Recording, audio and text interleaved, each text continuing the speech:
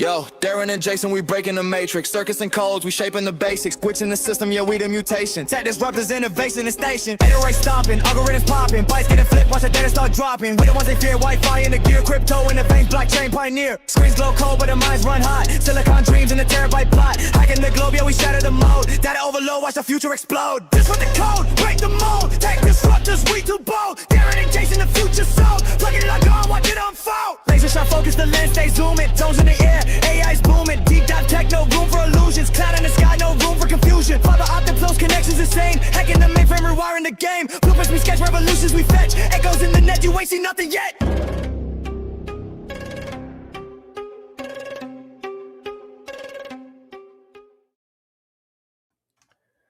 Hello, everybody. Welcome to the Tech Disruptors podcast. My name is Darren, and this lovely gentleman. My name is Jason. And we are back to bring you all of your tech news and stories of the week. A little earlier this week, just a little. We decided to go around about midday instead of 4 p.m. And that's just because we have, it's not going to be a permanent change. Yeah. Not a permanent change, but we are welcoming, thank you very much, everybody who's watching and listening. And we are here to make sure that you are informed about all of the tech you need to be informed about. And one day, maybe one day, Jason, make it onto that big streaming service that has a big N. The big red N. The big red N, and it goes dun dun at the beginning. Kind of like Law and Order. You sound like Law and Order. Yeah, too. It does. Never thought about that until just that very moment, actually. Yeah. That sounds a little bit Law and Order-ish. But anyway, I want to start off today, Jason. I know we missed last week, so I got a couple of stories on the back burner, but I want to start with one that I thought was actually pretty funny. So, you know who will.i.am is, Jason? Of course, he's obviously a singer, but he's also or a rapper, whatever you want to call him. But he's a musician. We'll say that. But he's also into tech, and I know where we're going with this. But go ahead. So, will.i.am, one of the singers in the group, the Black Eyed Peas, we'll say, and tech, just general cool tech dude. Has launched his own AI teddy bear. So if you may remember a couple of weeks on the show, we were talking about an AI teddy bear and it was super creepy.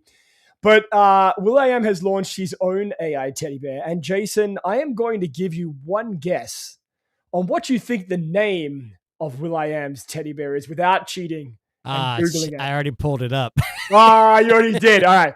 Well, let's. I was going to say, if anybody in the chat, they could try to guess. But if there's anyone in the chat right now that's watching the stream, post up what you think the name of will.i.am's AI teddy bear is, and we'll come back to that in just a moment. But what are some of the functionality of this so-called AI teddy bear? So I'm going to get on that, but I'm going to ruin the name here for everybody. I thought this was a joke. Well, hold on.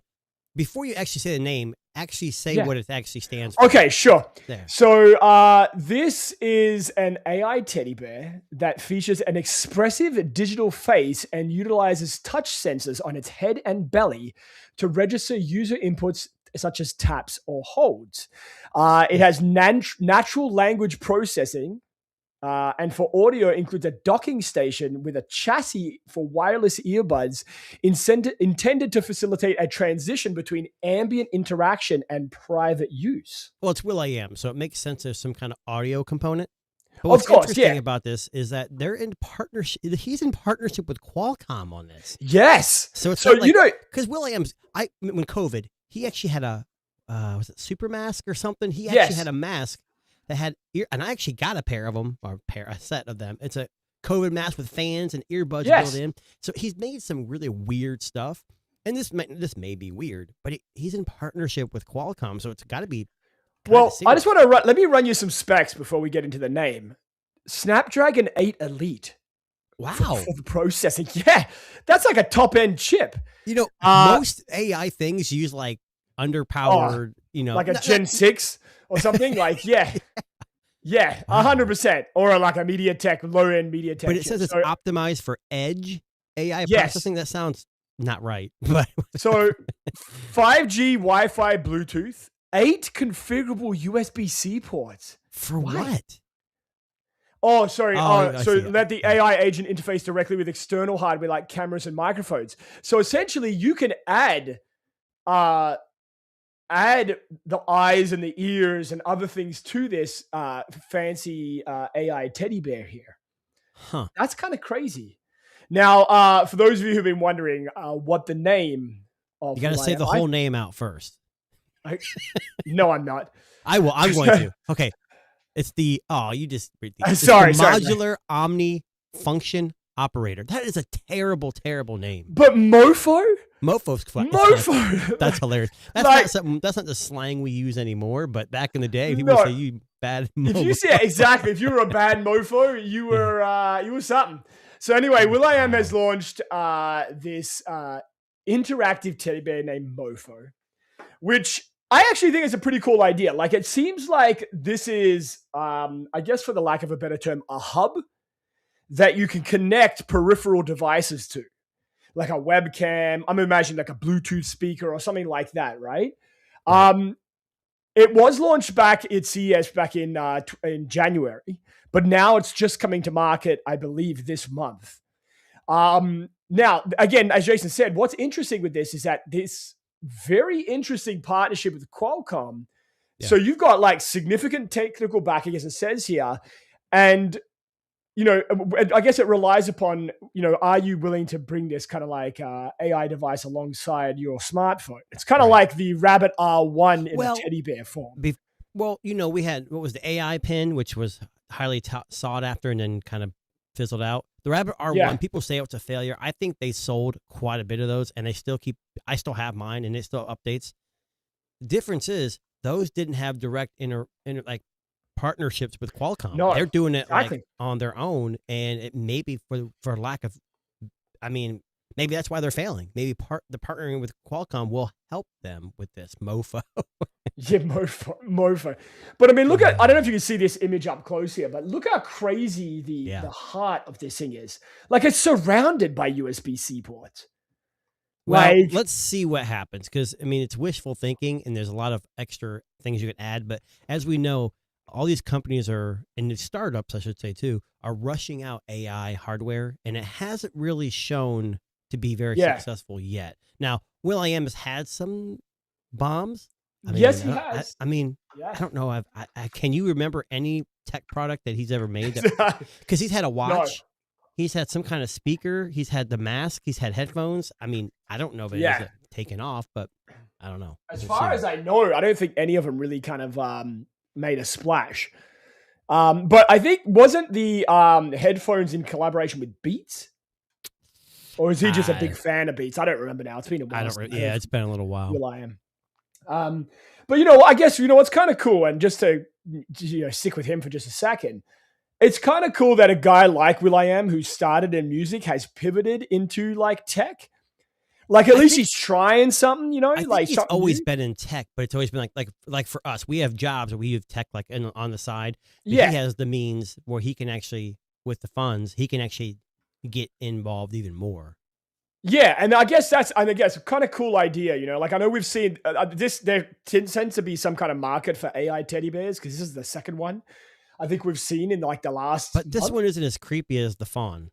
No, the Fawn Friends one was a weird, like you become friends with it in an app, and then it comes to your house. Like, that's some weird shit. But again, a kind of a cool concept. I like that they're using a high-end chip, which means that technically it's probably the most powerful AI teddy bear that's out. It's to its detriment too, because a lot of these AI use low power because they're low powered, battery life's better, thermals are better. So the Elite 1 had pretty good thermals. The new one, the Gen 5, is terrible on thermals. It gets hot. Yeah. So it might be I'm telling you, we just discussed, and I don't know if we're going to go into it, the Motorola Razr, which I have the 2025 Ultra here, and it's got the Elite chip. Yeah. And things are so tough, or maybe not, that Motorola's new lineup still uses the same chip. So it's a pretty good chip. It's pretty powerful. Yeah, it's of course. Yeah, we'll get back to Motorola in a second. I actually want to. So, Jason, tomorrow, I don't know if you know that tomorrow holds very special significance around the world, especially for nerdy people and their special sock. So tomorrow is May the 4th. Yes. And that means it's official Star Wars Day around the world. Now, I'm going to test you here. No, I don't So- know Star Wars. I know we are big into smartphones. Okay. So okay. I want you to tell me approximately how many Star Wars edition smartphones, themed smartphones, have there been ever? Man, I know that's a big ask. I don't know. I honestly, Now, there's not as many as you think, but No, the I'm brands gonna that say, did like- do them might surprise you. I'm gonna say 25. I don't know. I really don't. Oh, know. that's like, okay, that's way too high. I was thinking way less than that. But so according to Google and my deep quick searching here, there have been 1, 2, 3 3. Okay. major manufacturers lean Okay. in to the Star Wars theming. And prior to 2017, there were 2 extras from Motorola, believe it or not, and Sharp back in 2016. Sharp. Yes, Sharp. Wow. Now, the 3 major brands that have had Star Wars themed phones in the last, let's say, 10 years have been in 2017, 2019, and 2025. So I'm going to see if you can guess the brand that released the Star Wars phone one by one here. So I'll start with we'll go from the oldest.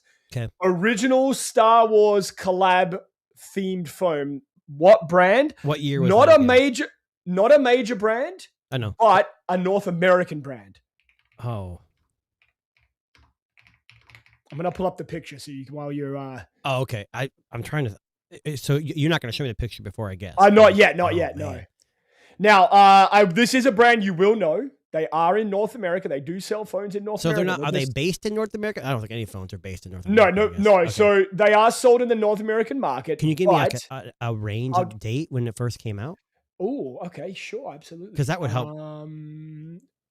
2017. Hang on. Oh, 2017. Not that Yes. long ago. I'm trying to look up more specifically here. It was released in December 15, 2017. This particular model. Okay. And it's sold in North America. So it's a brand, sells in North America. One of the OG Star Wars collabs with the smartphone manufacturer being May the 4th tomorrow. I'm gonna just stick with Motorola. I mean, that's the only thing I can think of. Okay.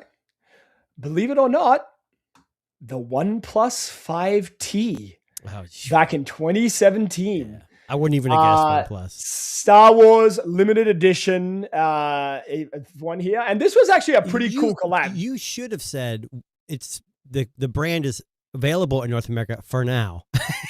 for now, yes. Then I would But have what known was right cool away. about this one? So this was with the release of The Last Jedi, right? So, Right. and it had, this was when OnePlus was like at the peak of its game, right? Like they were trying to make a name for themselves. They Yep. were making cheap, affordable phones. I wonder if it lets me see the price anymore. I doubt it, highly doubt it, but let's just play a game.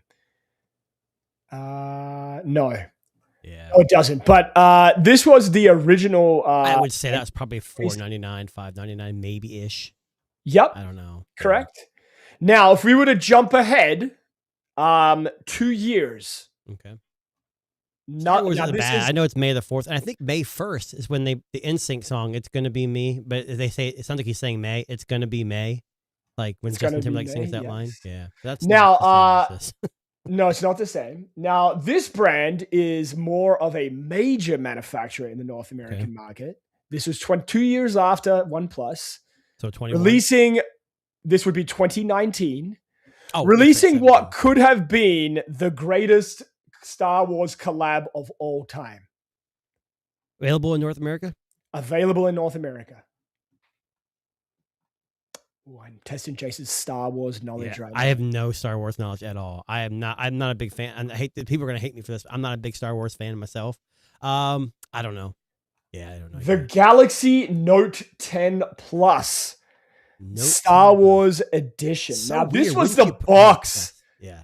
I know, right? Look at the box. Look That's how cool. beautiful the box is here. You got earbuds, Look at the earbuds. Black a and red. leather case, a leather embossed case with Kylo Ren on it. And you also got this collector's like card looking thing in the bottom left here. I don't know if you Yeah. can see that. I guess that's like a thing. But all black smartphone, glossy back with red accents. on that Note 10, which was largely, and most people would argue, was the best Note that has come design wise. If you remember, had that pretty up there, right? So that was 2019. Now let's jump ahead to just last year. Are you a Star Wars fan, Darren? I am a huge Star Wars fan. Okay. I unfortunately am not. So anything you like, the name you said on that's on the boss on that Kylo face, Ren? No idea who that is. Oh, okay. That's how much. That's okay. We will forgive Jason for now. Now let's see if you can get the last one. Now this only came out last year, so we're still in the relatively like new-ish collab, and for whatever reason it doesn't like me opening up that tab. So let's try that again. So this is where I think like a Realme or an Oppo or Vivo, but they don't. But you're saying it's not. It's available in the US? This next one is not a phone that was available in the US. So it comes from our friends over in China. See, I'm going to say like a Realme or something like that. Ooh, maybe not good guess. Good guess, but not exactly correct. The most recent Star Wars collab was actually the Reno 14F Dark Side Edition. Now, this is an offset of Oppo, right? Is the brand, and this was also a pretty cool collab. Good looking, but these phones a lot of times, except for the Samsung one, probably has like mid range specs. But you're not buying it for the specs. You're buying it for the collector's edition. No, but what I want, you know what's awesome about this, and I just want to pull up this image again. So you see that little circular Earth-looking thing? That's called the Death Star. You probably I know what Death Star is. That's a wireless charger. Yes, I remember this now. For the phone. Yeah. Like, how amazing is that? Having a wireless charger as the Death Star. Can I ask you a question, though? We've talked about this before. Do people really, I know in the US, I don't know if they sell very well, but like, you know, what's the as Motorola does the FIFA editions? Like, do people, at least here in the U.S., in North America, I should say, do we really buy themed phones? I mean, I never bought. I think if you're a fan, you might. Like, I don't think it's that crazy. I guess the thing is, I'm fans of don't deserve. I guess it doesn't translate for Jason. Well, I guess. Now I want to show you the Motorola one because the Motorola one's actually pretty fucking awesome. Can you still hear me? Yeah, I can hear you. Oh, yeah. Like got cut out all of a sudden. There we go. All right. Okay, so this one here actually is from 2010. Like, we're going back 16 years on this next company that's not even around anymore. So this is Motorola. So this is the brand here, and this was their Droid R2D2 edition. Oh, I remember this phone. Like, look at this beautiful work of art. Yeah, this is incredible. So you've got the R2D2 back, and I don't know if you remember the Motorola Droid. It was this kind of. That's what put Android. This is what made Android really popular. Like, this was the real true phone that Verizon sold, I believe. That really put Android, and it wasn't Android. They called it Droid. It was like, Droid. Yeah, it was just Droid. That's correct. And there was a few years of Droid phones from Motorola. Yeah. Yeah. So full QWERTY keyboard. Google Maps released on this. I can't remember what OS this had. This thing was amazing. I remember a friend had it. I couldn't put it down. It was it's so good. Yeah. Not compared to standards, but for the time, it was amazing. The only other one that I'll just bring up, which I mentioned, was Sharp, who we really don't see a lot of Sharp phones out there, but I'll show you their Sharp Japanese or Korean. I believe they're Japanese. Because I think they still sell in their home country, but we don't obviously get that access. So Sharp had a light side, dark side edition smartphone. Yeah, I mean, again, this was 2016. So this was kind of like just before the other brands kind of came in. But again, the reason I bring this up, tomorrow is May the 4th. And like all Star Wars fans around the world are going to rejoice at the fact that it's so for Star everyone Wars listening, Day. I don't hate Star Wars. I just don't get it. I can't get into it. Like I tried. It's just not for me. I think the first time I watched Star Wars was what was the ones like in the late 90s, early 2000s, like that everyone hated. That was the reboots. I just couldn't follow the timeline. It just wasn't for me. So. It's all good. It's all good. Now, Jason, you had a few things on your run sheet here. Do you want to jump in and share one? I think I don't know if you've reviewed this company's stuff before. DREAME. Is it Dreamy or Dream? Dreamy. Yes. Yes. So I'm going to share this. I'm a big mobile phone fan, I guess. I go through phones a lot. Um, Unfortunately, this time around, me and Darren do not have the same phones. But either way, Dreamy came out. Dream, however you want to say it. They showed some prototype phones that look. I'm not kidding. These look kind of interesting. And what's even more interesting is Wozniak, if you know who that is. He's linked with Apple and whatever. He was there at this event. Oh, Yeah. interesting. So they had a pair of phones. One was the Next, which had like modular. We did a show a while back where Xiaomi had this phone where you could put a lens in the middle of the back. Remember that? Yeah. This is very similar. You can add. Let me see if I can get a picture up on this.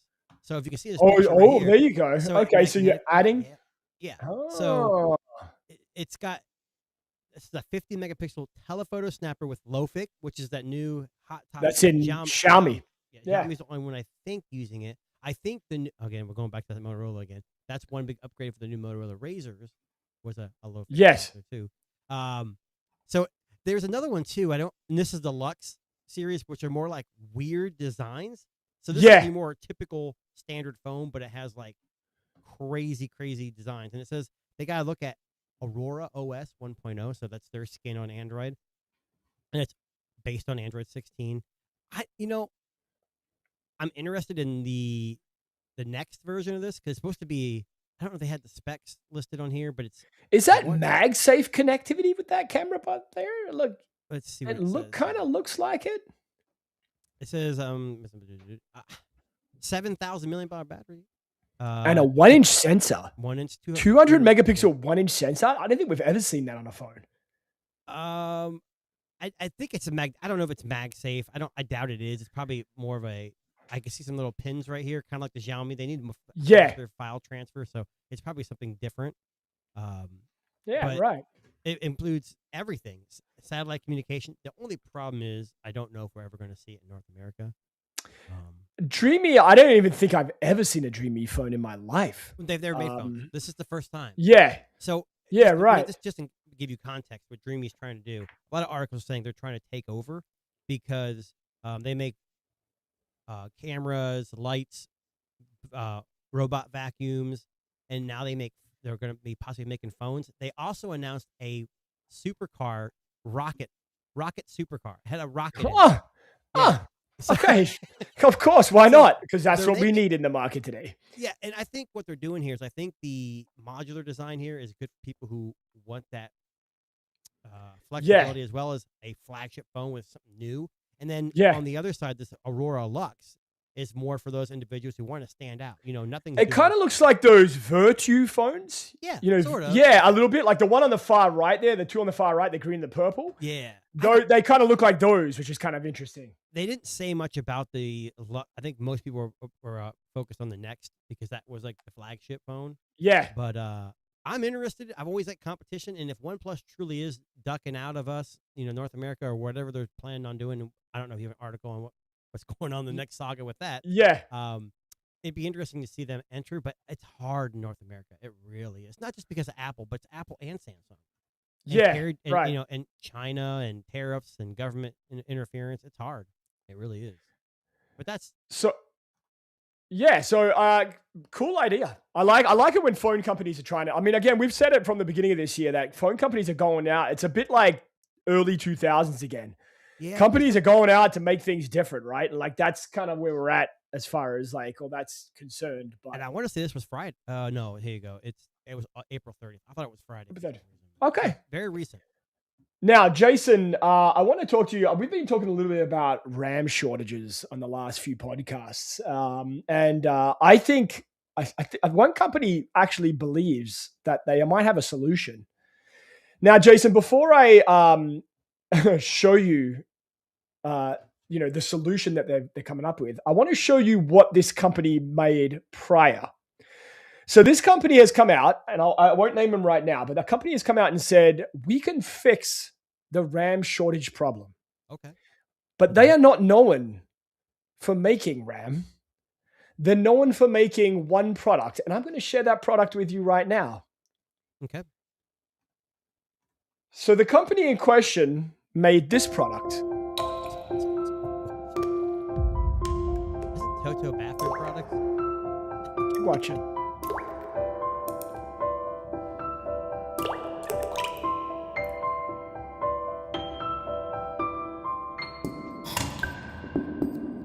Blew her hair up. See that? Nice.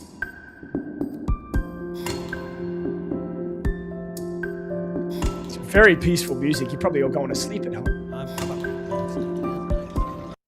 Okay, so toilet maker company Toto has come out and said, we've got this. Oh, here we go. Here we go. So, according to this brand, they not only make toilets, but they have an advanced ceramics division that produces components used in NAND memory chips. Okay, fair enough. Now, basically, they've had a 34% gain in business over the last year because of the AI chip demand.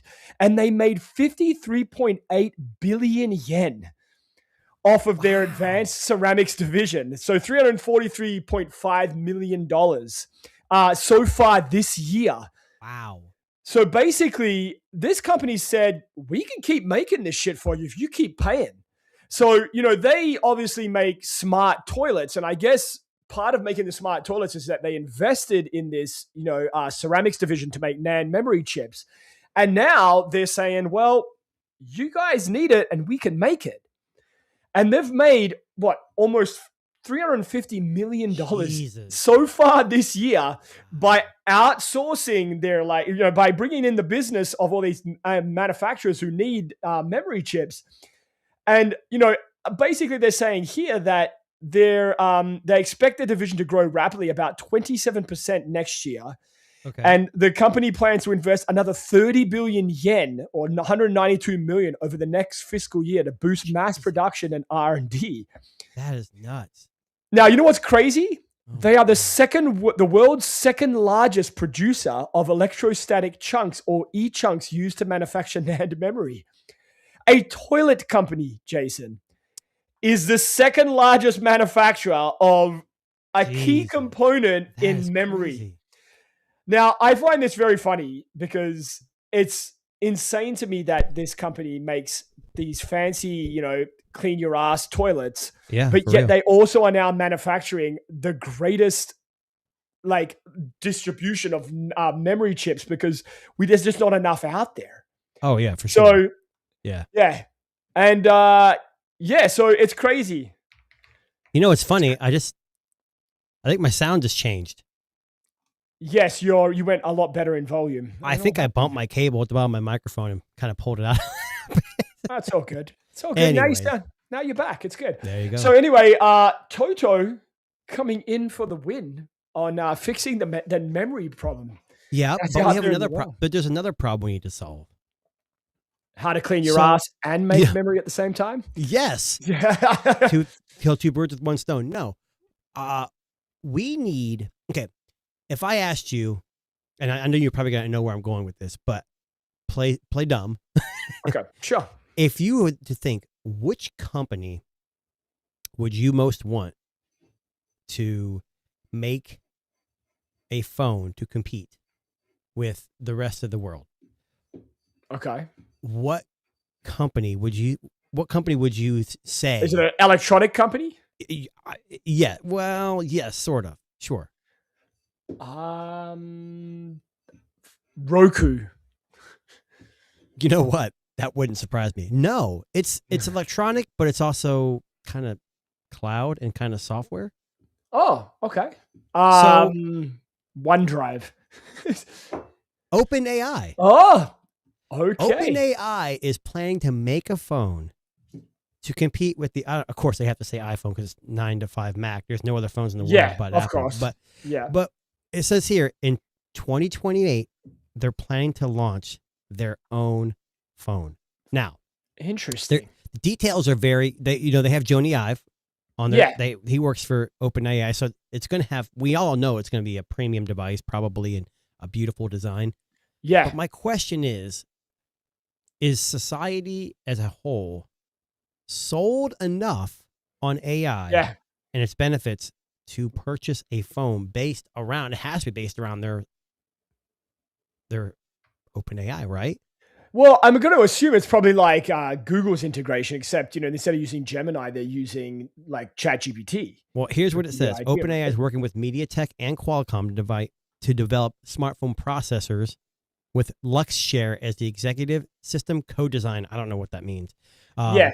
So it's the belief that the AI agents will shape. So either way, I don't understand this because, I mean, from business point of view, AI doesn't make money unless people are paying, correct? Yeah. So OpenAI is at this point where they're getting tons of money from backers, but I don't know. I mean, I can honestly say I don't pay for OpenAI. I never have. No. So they're not making any money that way. So by making a phone like Apple, they can rope you into the ecosystem and maybe charge a small fee to have access to OpenAI and its full potential on a phone. Interesting. Yeah. I mean, I guess this is kind of like, remember the Nextbit Robin? Yeah, that's what I'm talking about. But what happened to Nextbit? Well, they didn't fail. They got bought. Yeah. But they weren't doing, amazing. But do you remember how with NetBit Robin, everything was cloud-based? So like all your photos went to the cloud, all of that went to the cloud. Amazing device. They were ahead of their time, for sure. $200 device. $200 is how much that phone costs. I bought 2 of them. The design was amazing. Like they had this weird thing where the apps, you could download apps, but you could put them in the cloud to save space. Yeah. And when you clicked on them, it would actually come down from the cloud. Which Apple stole from them because they can do that on their iPhone too. Remember? That's true. You're right. Yeah. But I think Asus Razer bought them. Razer bought them out, and then Razer died too. Yeah. But I don't know. I don't know if this. I'm assuming they're huge, right? They're huge. They got billions of dollars. I mean, why not? But we talked about Amazon starting to talk about it on the phone. I mean, in the market we're in, do you think any company besides Samsung and Apple will be able to break through? To be honest with you, like I don't understand this contradiction that we're seeing with a lot of these news articles, right? Because you've got all these companies are coming out and saying, wow, phones are no longer the future. AI smart glasses and wearables are the future. But yet you've got companies still making, we're going to make a phone. Well, because phones are now. Well, that's it, right? But OpenAI 2028, like next year. Well, but OpenAI could, no pun intended, open the door to get people into their ecosystem, and then they could, like, Apple's working on smart glasses, Samsung's working on smart glasses, Google's working on smart glasses, and OpenAI's next, I guess, rope in or whatever, how you want to word it. I don't know. I see this as it's going to be interesting. OpenAI is a very good AI platform. It's up there with Gemini and, Siri. Just kidding. But, the whole premise of them making a phone, I don't think it's crazy. I mean, I think people would buy it. If you love the platform, why not use the phone that speaks to it? It's kind of like with Google, right? You buy a Google phone because you want access to Gemini and all of that, even though now Gemini is not necessarily proprietary anymore. Well, it's not. And you can use ChatGPT and everything else on a Google phone. Yeah, of course.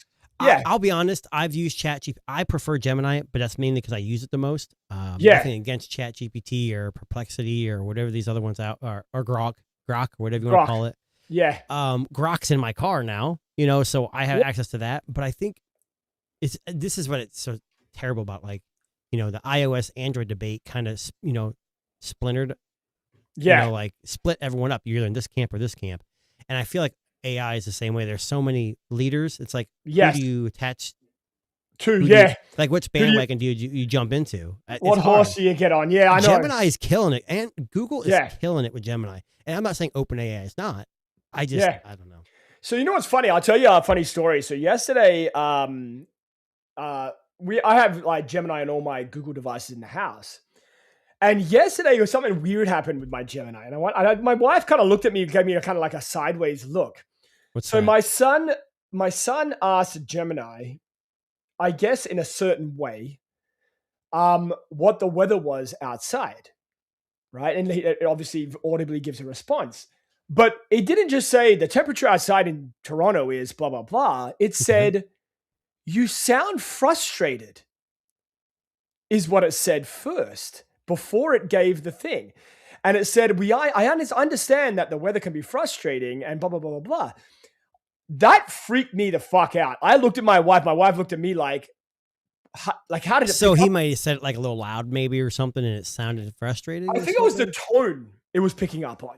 I think Well, it was like Is he? said, I'm not yeah. trying to give too much information about your family, but Yeah. if he's a teenager, maybe it's just. Oh, part he's of a being preteen, right? So maybe there's a bit of angst in his voice there, like maybe. But yeah, I don't know. It's kind of weird. I I never haven't heard it do that yet. I haven't Yeah. heard that, but we don't really ask the weather. I mean, I have a phone in my. Oh, my hand, son does so- that all the time. Like my son thinks that Gemini's his best friend. Like he You gets know to what's play funny? music. And my wife will kill me when I say this. She's got a phone in her hand and she's looking at it, and then she'll say, "Hey, what's the Yeah. weather tomorrow?" I'm like, "You're literally looking at your phone right Yeah. now. Just click a button."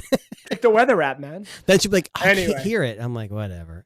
That's funny. It's kind of Yeah. scary though too. It is. So I know that Google just launched like personalized Right. like responses in Gemini that accesses all of your apps. So I wonder if it's like picking up on my frustrations in my emails or like thing is like, oh, this kid sounds pissed off. I'm gonna pull up on that. Very bizarre. Now, Interesting. Jason, I want to ask you a question. Do you know what Polymarket is? Poly market, Polymarket. multiple markets. I don't know. Okay, so Polymarket is the world's largest decentralized prediction market, Okay. allowing users to trade shares using cryptocurrency on the outcomes of real world events. So basically, you're like hedging bets using crypto Yeah. on certain things happening in the Isn't world. that like Kalshi? KAL? Yeah, kind of. Yeah, a kind of Yeah. a similar concept. Now, Okay. I want to tell you a funny story about Polymarket. Because Okay. one of the things you can do on Polymarket is predict the weather. Okay, so what the weather's Oh going to my be on a God. certain day. Weather guy, meteorologists can't even predict the weather. Come on now. But I mean, it's a cool concept. Okay, I'm Yeah, going to put yeah. 10 crypto coins on fucking sun tomorrow. Cool. Someone has found a way to make a lot of money off of Polymarket predicting the weather in the funniest way ever I think I've ever seen. So if you live in a major city, there is usually a weather station at the airport. That tends to be like a central hub for like where they can gauge temperature for the weather. There's one in Toronto. There's a lot of Yeah. around the world. Mhm. So somebody in what city was this? I think it was London, off the top of my head. The Charles de Gaulle Airport, Paris. Sorry, someone in Paris, Close. has figured out that there is this weather sensor at the airport. I guess they must work there or have access to it. Okay. And they decided to hedge their bets and say that the temperature on a certain day was going to be this. And then they went and messed with the sensor to get that temperature and made $35,000. Wow. So this is the stories from Engadget.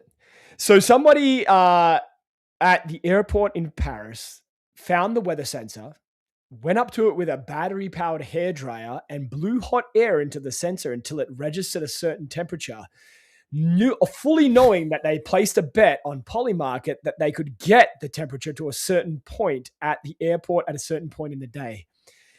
And they walked away with $34,000. I wonder if there's any stipulations on that.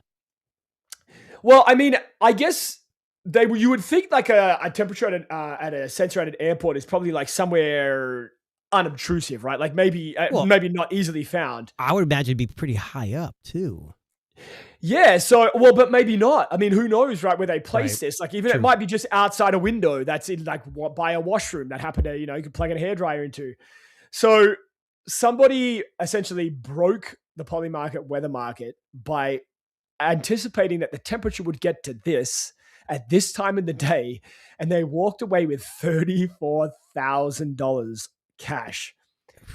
Now, Jason, Don't hate let me the ask you player, this. hate the game. No, this is what I'm saying. Like, is this them being sneaky, or is this them just going, I can make some money off of this? Oh, Like- definitely. I could make some money off this. I mean, Yeah, and maybe Is he it didn't a- think it would work. Maybe he it didn't would think work. Yeah. And it Yeah, did. I mean, that's what I'm saying. So, like, do you look at this guy and go, oh, man, what a snake. I can't believe he did that. Or do we look at it and go, you know what? I wish someone else had figured this out sooner. I would say no one time, but if he keeps doing it, yes. Yes. had he Right? not, so obviously people found out. He must have said Yes, something of course, because yeah. now had he not said anything and did this for like a couple $100,000, then he's Yeah. being a little selfish. Like this is a tongue in cheek, ha ha ha, I made it. And Yeah. obviously this Poly Market didn't say. Now if he would have put it's going to be this temperature without any intervention, Yeah. then that would have been different. But yeah, So I find Funny. this very funny. I didn't realize Poly Market was a thing. Like, and if you go onto the Poly Market website and take a look at what you can place bets on, it's fucking pretty crazy. yeah. a lot of- I have a smart TV that has like a ticker at the bottom. And Yeah. it has ads, and now it's got this thing called KALSHIA, Kalshi or something. Yeah. Like that. And it's like people can vote. I don't know if there's money involved. It's like, is the Yeah. United States going to announce that we know the aliens exist? Yeah. And it's people like it's like you can vote. I think there might be some crypto or some kind of money involved. It's kind Money of like behind it. any of these Yeah. DraftKings and all this stuff with sports. It's just another Yeah. way for people to To mess with the system, right? Yeah. or that. So too. I found that very funny. I like it when people find ways to mess with tech to make Oh money. yeah. You Well- know, like for real. Yeah. Yeah. Well, Yeah. speaking of messing with money, Yes. if I were to tell you that Apple was thinking about dropping a feature of their phone, what That feature would would you not- think? It would not surprise me. What feature do you think would be or needs to be dropped or could be dropped? I'm gonna say, I don't know. And don't be like the iPhone. Drop the iPhone. Drop the iPhone. Um, Siri? No, I'm just got software. no. It could be anything. What It's- about like their fingerprint sensor? do they still make the fingerprint sensor? No, like to get like they're gonna like get rid of whatever biometrics, the face ID. Okay, That's Face what I ID. meant. Yeah. So I don't know if it's a rumor, but there's a leaker has claimed that Apple is currently embroiled in an internal debate on whether or not to keep, drumroll, MagSafe. MagSafe. Wow. Interesting. So this Weibo leaker, which who knows if it's true or not, called Instant Yeah. Digital, says that when MagSafe was first introduced, the mood inside Apple was reportedly aggressive about its expansion. So I don't know if it's money. It has to be money. 'cause Yeah, it's a couple or extra space. dollars. For battery, maybe or Right. something. Yeah. There was purportedly even plans to bring it built-in MagSafe magnets to the iPad lineup, which Right. never obviously happened. But now Yeah. it says there's claims that confidence around MagSafe has given way to uncertainty, and they're weighing costs of including MagSafe magnets in the iPhone against the strength of the accessory ecosystem. So it sounds like, yeah, we put magnets in there and we've got some homegrown accessories, Yeah. but we're not making shit off this because all the third parties making money. It's definitely interesting. I would never have imagined it'd be MagSafe. So I thought MagSafe was the one thing that separates Apple here's from what- the other competitors. Well, we have Pixel Snap, which is the same Yeah. thing. Yeah. I could see Google dropping Pixel Snap. Oh, before Apple 100% dro- before Apple does. Yeah. I mean, Yeah, 'cause so- think about what Android devices have MagSafe built in. Pixel. Yeah. That's it, right? And you know what's funny? So, like, I don't know if you remember Steve Jobs. He always envisioned like a portless iPhone. Yep. So when MagSafe was created, I thought, oh, this is a step in that direction. Like they're going to get rid of the charging port completely. But maybe not. Maybe they need the space for bigger batteries. Maybe that's like a response to the market. With these phones shipping 7,000 milliamp batteries and silicon carbon and all that stuff. So maybe it's an overreaction. Well, they're saying like the 16E was released without it, and people were just Yeah. buying cases, which most companies on the Android side, you can buy Yeah. cases with MagSafe. And they're Yeah. saying that's where why spend the money and put it in? And then Yeah. Apple reverse course with the 17E. But what they're saying is the iPhone Ultra is on its way, the foldable, and Yeah. all the dummies show no evidence of a magnet array on the inside. Interesting. I think the Pixel 10 Pro Fold had Pixel Snap, Yeah. didn't it? Yeah. Yes. I can't remember. That's how Yeah. much I use MagSafe. Yeah. Could you imagine if the Ultra is released with no MagSafe? The only it has to be to do with battery. It has to have something to do with It's got to battery. be room, and maybe heat too. It's got to be heat too Yeah, because that's Heat small. of a and thing. room. Yeah, interesting. But you I think mean- about all that though. Budget phones don't have it. Samsung Yeah. has Yeah. Qi wiring, but But no and MagSafe. but they support the fastest speeds with a case. Yeah. And they're making Yeah. money off the case. So Apple's like, look, we're not making a whole bunch of money off the accessories. Yeah. Let's just sell some third party or first party cases and make money that way.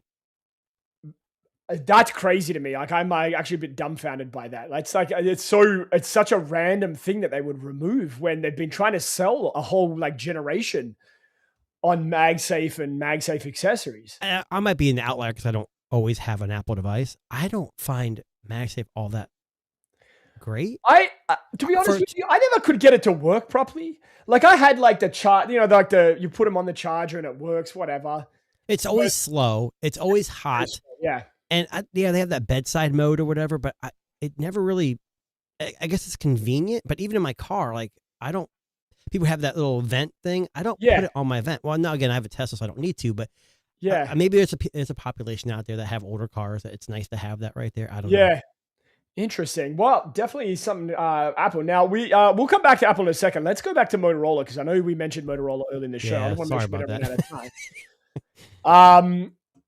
So Motorola has released its new Razr line as well as the Razr Fold, which I really, really wanted to get my hands on, but not at the price it's currently selling for. Especially in Canada, right? Especially in Canada. So in Canada, I think it's like $3,000. So for context, they released a bunch of their new phones, the foldables, right? Yes. Now this is the 2025 Ultra. This is their flagship flip. Yeah. Okay. It's got the Snapdragon 8 Gen 1. It's got wireless charging. I mean, it's a great device. And right now you can get it used for like $500. Oh, $500. Yeah, exactly. Yeah. And new for like $799, $699 on Amazon and on Motorola's website. But go ahead and now the battery is the biggest thing in this, but go ahead. Yeah. So basically they've released their first Razr Fold. Now this is the one we've talked about this a few times on the podcast. This is the one that I think is going to get the most attention because it's the first folding phone that's not a flip from Motorola. So can they get it right? I think is what everybody's kind of waiting to see. And it does have some pretty good specs. You're getting the latest Snapdragon chip, 6,000 nits of peak brightness of screen, 80-watt fast charging, 16 gigabytes of RAM. It's a flagship. Yeah, triple 50 megapixel cameras. You're getting all of it. Now, if it's got the same camera system as the Signature, it should be okay. It's not. I don't think it's gonna be flagship level, but it's good enough for most people. Yeah. So this one's coming in hot. Now it's how much is that? Apparently $1,899. I thought. Yeah. Yeah, $1,900 for the Razr Fold. That's US dollars. Just keep that in mind. Yes. Which is slightly cheaper than the Pixel Fold and a bit cheaper than the Fold 7. And it's the old style. It's the 4x3. It's not the new wide that Samsung's releasing and Apple's supposedly going to release here this year. So this would look like pretty much all other foldables on the market, like especially like the Honor. If you compare it to something like, but if you like Motorola's like gestures and OS, the minimal OS. I mean, look, I actually think the OS is the biggest sell on this because it feels and looks very like stock. I've never been a huge Motorola fan. I mean, the flips are probably their best phones, and I'm not a big flip guy. And the software on this has been pretty good. There's been an update, like the last update I got, really hampered the front screen functionality. I noticed, but so that's the Fold, though, right? Yeah, for $899 US. Yeah, then they released their Razr line. So you got the Razr Plus, which kind of sits in the middle. It's kind of like Samsung's S26 Plus. This is the Plus, you said? Yeah, so $1,100, slightly smaller screen, basically Snapdragon 8S Gen 3 chip. Is that right? Now, I believe that's the same chip across all of their flip line this year. No. Which is what? No? No. Okay, so this is like the mid-range version, I guess. Correct. So I have the Ultra in last year's, and it has the Snapdragon 8 Gen 1, Elite 8 Gen 1. Okay. And so yes. So the Razr, no, but hang on, the Razr Plus is their top of the line flip. No, the Ultra is. Okay, sure. I'm sorry, I'm lost the way. I didn't read this article very well. Hold on. So I'm looking at a different article. Yeah. And it says the Razr Plus will come in at $1,100, $1,099 US. It's got a 4-inch outside screen, dual 50 megapixel cameras, a Snapdragon 8S Gen 3, and a 4,500 milliamp hour silicon carbon battery. Now, the Ultra Yes. is the same Snapdragon 8 Gen 1, Elite Gen 1 that came out last year. Sure. Oh, okay, got you. But get this. Yeah. So like I said, this right now, you can go on Amazon and get a refurbished one for like $550 or $799 brand new. The new one is $1,499. $1,500. Crazy. Look, when I think Michael Fisher was doing like I think he just did a review, but he went to the event and he was talking really highly about it. I'm sorry.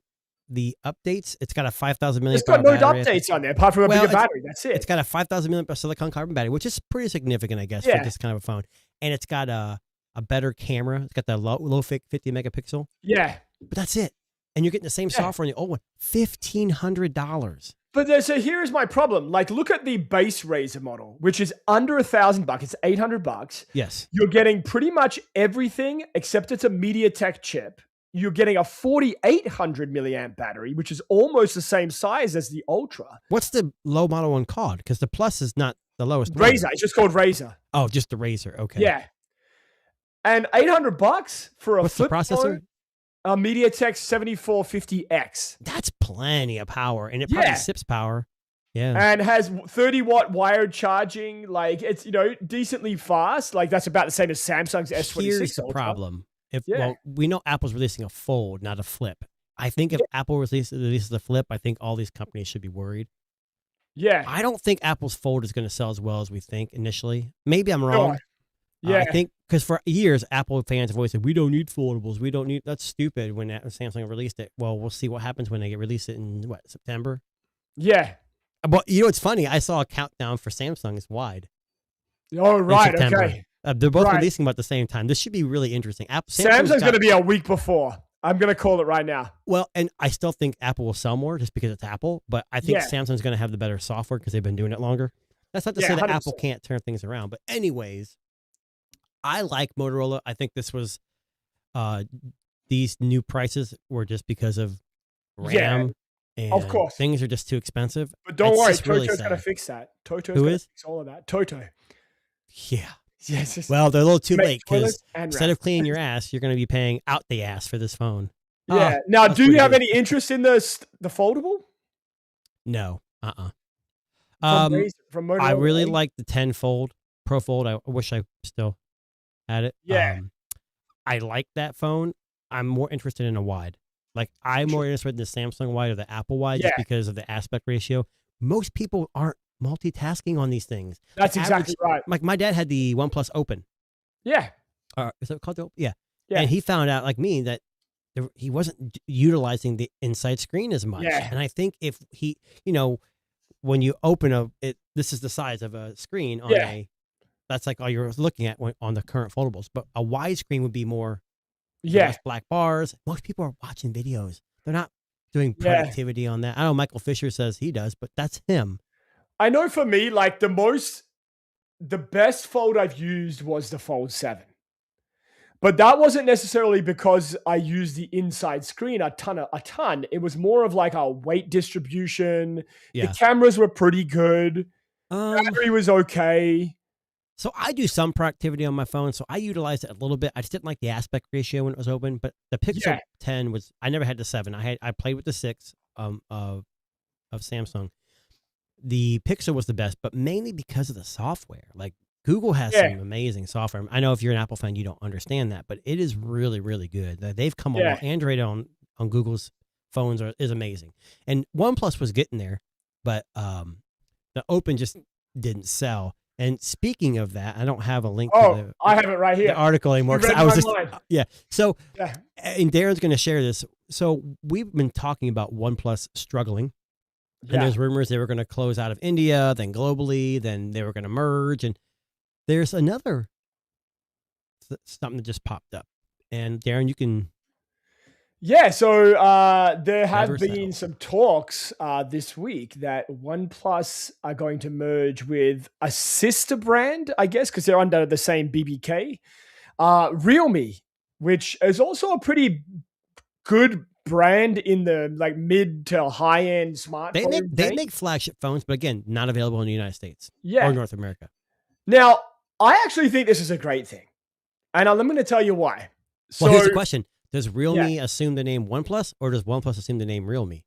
I think they're going to go one way or another. I think it would be dumb to get rid of the OnePlus name. Realme should merge with them. But I think Realme should bring over its Ricoh collab to the OnePlus phone. And I had that phone. Yes. And it stopped working before I had a chance to actually really use it. But it didn't work really good here in the US. Like I can only get 4G. But if they can, because Realme's got some tech. They've been doing this for a long time. They make flash the Ricoh and they what was the Realme GT8 Pro? I think it was the most recent one. Amazing phone.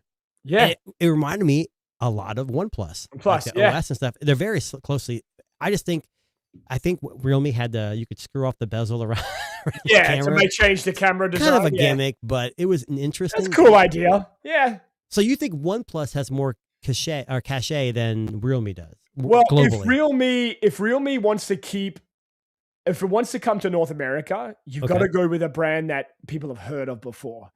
You can't put Realme in stores and expect people to buy it. They just don't know what it is. But OnePlus has a little bit of brand recognition, I think. Maybe not as in like carrier stores. In North America, 100%. No one knows what Realme is in North America, but the rest of the world probably does. That's the problem. It's like, who do you focus on? Yeah, North which America horse do you or the rest of the world? That's it. Well, I mean, that's it. So, I mean, if OnePlus is doing well in like India and Asia, then maybe getting rid of OnePlus and sticking with the Realme branding is the way to go. It just depends on the market, right? Like, where are they going to do it? They could keep both names, just make the same device with different names. Like, make the OnePlus 17 for North America, and then the Realme 9 Pro, the same exact phone, just different branding. I mean, which is what they used to do, right? With a lot of these like that's what car companies do. Like Acura and Honda, the same damn car, just make it look a little nicer. Yeah. So I don't know. I mean, again, I think we definitely hit the nail on the head on this podcast. About 2 months ago, we said that OnePlus is struggling, and all of these rumors have been pointing to something happening. We thought they were going to shut up shop completely. Yeah. But maybe they're just going to be absorbed by a sister company. Well, I hope they don't. The OnePlus Pad 4 was just announced for India. I hope it comes to the US. Because I like the OnePlus Pad. I don't know. Yeah, I don't know if their tablets are amazing. The OnePlus Tab 3 is incredible. That's what I have right now. I love it. Yeah. So, I don't know. It's interesting. It's an interesting world we're living in now when it comes to these brands. And I think, like, again, with prices rising, some of these other brands that were doing cheap phones or cheaper phones, they can't keep it up. Like, they just can't compete when you're trying to outbuy Apple and Samsung, who are buying up all these memory chips, right? Like, it just doesn't exist. You can't do it. The bigger companies are going to make their way, and that's why merging is probably better for both. Yeah. But what would you say? I know we're almost done here. I got one more thing. I got to share this. So yeah. Go this came up late. I want to say yesterday. Yeah, I can't remember. Maybe it was in the morning. I was getting ready to leave. This blew my mind. Maybe it won't blow your mind. But GameStop is preparing to make an offer for eBay. Yeah, I did see this. So I'm kind of confused about this. So we know what eBay is. They've been around forever. So does this mean GameStop's going to keep eBay as it is and just buy it? They're going to. Well, I mean, so that's a really good question. I would say GameStop buys eBay and then starts selling their games on eBay. That's so they get rid of their brick and mortar. They get rid of their brick and mortar. That's how I would say it right now. But GameStop's struggling. So how do they have the money to buy a juggernaut? eBay's a juggernaut. I can't imagine eBay struggling. But it says here I don't know, man. I think there's a lot of money in the gaming and gaming accessories market. Like, is GameStop US, North America only? No, yeah, that's US and Canada. So this will definitely widen their market. I mean, I don't think it would be that crazy for them to close up brick and mortar stores and just say, hey, go on eBay if you want to buy news, refurbished games, whatever, right? Mm-hmm. Yeah, I don't know. Like, again, I saw this article and thought to myself the same thing. Like, how do they have that much money? But maybe they do. Listen to this. If eBay is not receptive, they could decide to take the offer directly to the e-commerce company's shareholders. Like, you don't want to, I don't care. We're going to go around your back and buy. Now, hang on a second. Maybe they own shares in eBay. Maybe that's why they can propose this concept, right? Yeah. Interesting. So they have some new investor who joined the board at GameStop, it looks like, in 2021, and he steered them because they were almost out of business a while ago. Well, not too long ago, actually. But I don't know. I think that is crazy. So, I mean, I definitely So they call it e-game? Bay. E-games. E-game Bay. eBay games. E-gay games. Yeah. Oh man. Anyway, so yeah, I don't know. It's an interesting world we live in, man. Like I know a lot of these companies, like right now, like you're gonna see this a lot. Like the big players are gonna keep buying. The small guys are gonna start to disappear. And that's how our like conglomerate is built, right? Like we're like, a group of companies that have enough money to rule the world will rule the world. Right. Yep. So what's going to happen next? Like, Burger King's going to buy out McDonald's. Like what's going to happen next? Right. What's Technostrippers going to buy out? We going to buy anything? We're going to get bought out by Netflix and then we're going to be on Netflix. That's how that would be amazing. It really that would be amazing. That's where we would be. But anyway, that actually brings us to the end of today's show. So thank you very much for tuning in. If you are catching us after the fact, thank you. We're on Spotify, Apple Music, Good Pods, YouTube Music, anywhere you find amazing tech podcasts. And please, hashtag Netflix in the comments if you're watching this tomorrow or the day after, so we can mess with the Netflix algorithm and get this show where it deserves to be. 100%. Now, we will be back next Sunday, 4 p.m. Eastern, regular time next week. But thank you for those of you who joined us early today. Hopefully, you are having your lunch in a nice sunny location, not in freezing Toronto, which hasn't gone above like 10 degrees since May started. Yeah. But my name's Darren. This guy. My name is Jason. And thank you very much for